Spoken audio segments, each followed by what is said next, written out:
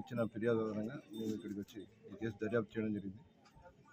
ఇక్కడ ఐ విట్నెస్లు వాళ్ళ కుటుంబ సభ్యులు చెప్పే వివరాల ప్రకారం వసంతరావు యొక్క కూతురు ఎల్చర్వాల్ సునీత ఆమె 9 years బ్యాక్ లక్ష్మణ్ అనే ఒక వ్యక్తిని ఇంటర్ క్యాస్ట్ లవ్ మ్యారేజ్ చేసుకోవడం జరిగింది. మ్యారేజ్ అయినంత వారికి 2 పిల్లలు కూడా జన్మించారు. పిల్లలు ఒకరిది 7 years, ఒకరిది 5 years ఉన్నారు. గత కొంతకాలంగా ఈమె సునీత వాళ్ళ భర్తతో విడిపోయి వాళ్ళ తల్లిగారింటికాడ ఉండడం జరుగుతుంది.